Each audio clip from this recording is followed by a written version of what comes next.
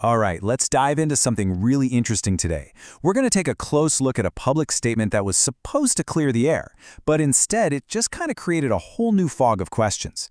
We're going to explore what happens when an attempt to set the record straight just ends up making things way more confusing. And that's really the big question we're tackling here, isn't it? We're going to deconstruct this so-called debunking post, piece by piece, and see what happens when the facts used to counter a claim start to completely unravel themselves. Now, to be super clear, our goal here isn't to get into the original he said, she said. We're actually using this post as a case study, a way to sharpen our own critical thinking skills, to get better at analyzing information, spotting those little inconsistencies, and really understanding what solid evidence looks like. To do that, we're going to look at all the claims through three really critical lenses. First up, physicality. Do the things they describe even work in the real world? With the laws of physics and time and all that. Second, legality. Were the actions they took actually allowed under the rules? And third, maybe the most important one, evidence. Where's the actual verifiable proof? So let's start with the most basic question of all, the timeline. Because honestly, if a story can't even hold up in simple time and space, then what's the point of the rest of it?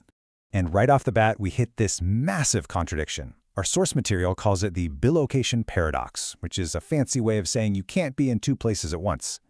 We've got two claims here, being on a flight at midnight and also being at an air base in Manila for most of that very same day. Both of these things just cannot be true. This really just spells out the problem, doesn't it? The Post claims they left for the airport at 10 p.m. Okay, but for a midnight international flight, check-in usually closes an hour before, so 11 p.m. at the latest. Now, if you factor in Manila traffic, then airport security, making that deadline is pretty much a mathematical impossibility. But the problem gets even deeper than just bad timing. When the source material actually checked the claim against real airline data, guess what it found? Zero. No scheduled commercial flights on that route at midnight. The very flight they claimed to be on, it looks like it was a ghost flight. It didn't exist. Okay, so the timeline is a complete mess. It just doesn't work. But what about the arguments themselves? Because beyond the physical impossibility, the logic in this post also kind of falls apart, relying on these classic logical fallacies instead of, sound reasoning. The first one we see is the genetic fallacy. This is a classic diversion tactic. It's when, instead of dealing with the actual argument, you just attack where it came from or who said it. It's a way to change the subject. And here's a perfect example, right from the post. They bring up the fact that someone's father is a national artist. But think about it, that's completely irrelevant to the questions people are asking. How was this trip paid for and was it legally authorized? It's a total distraction, not an answer. And then we get the subjectivist fallacy. The post mentions three sides of the truth, which, it sounds pretty profound. But what it's really doing is creating a shield against evidence. It's a way of saying that objective facts don't really matter, and that personal belief is just as good as reality. And as you can see here, it's a whole pattern. We see ad hominem attacks, which means they're targeting the person asking questions instead of the questions themselves. We see non sequiturs, where the conclusion makes no sense, like saying entry was authorized just because they were staff.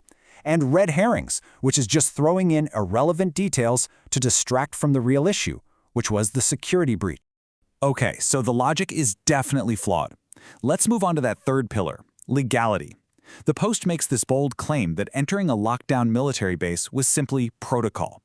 This moves us from questions of logic to some really serious questions about law and official procedure. This slide just lays it out so clearly. Protocol is an authorized, official, and verifiable procedure. On the other hand, tailgating a convoy into a military base during a lockdown, that's pretty much the definition of a security breach. One is approved, the other is a serious violation. So this all leads to the one single most important question. If this entry was all official and by the book, there should be a paper trail, right? There should be an authorized mission order. Without that one piece of evidence, the claim of protocol is just a word. It's totally unsubstantiated. So then the defense tries to bring up dual citizenship. But that doesn't fix the problem at all. Having an Australian passport lets you visit as a tourist, sure, but it doesn't give you any authority to act in an official government capacity. In fact, it just opens up a whole new can of worms about allegiance and national security. So, after looking at the timeline, the logic, and the legality, it all comes down to one simple thing, the burden of proof. When you make a big claim to debunk something, the responsibility is on you to provide the evidence to back it up. But instead of evidence, the source material just shows this pattern of deflection. First, there's the hard work shield, implying that because they worked hard, they're somehow innocent. Then we see the elite name drop, using associations to suggest they're above the rules. And finally, the classic hidden enemy plot, which tries to discredit anyone asking tough questions by attacking their motives. So to wrap up what we found here, the timeline isn't just shaky, it's impossible. The entry wasn't protocol, it was a breach. The arguments are just riddled with logical fallacies, and most importantly, zero, absolutely zero, verifiable evidence like a mission order or a flight manifest has been shown to support any of the claims. And this is such a key lesson. Just because one tiny part of a story is true, like yes, a person eventually did get on a plane, that doesn't magically make the entire story legitimate. Those fundamental questions about authorization, funding, and exactly what happened at that airbase, they are still completely unanswered. So, we'll leave you with this final thought. In this age of just constant information overload, this is a question we should probably all be asking ourselves. When we're faced with a claim, is an appeal to our emotions or to some authority figure or to hard work, is any of that ever a real substitute for cold, hard evidence? Something to think about.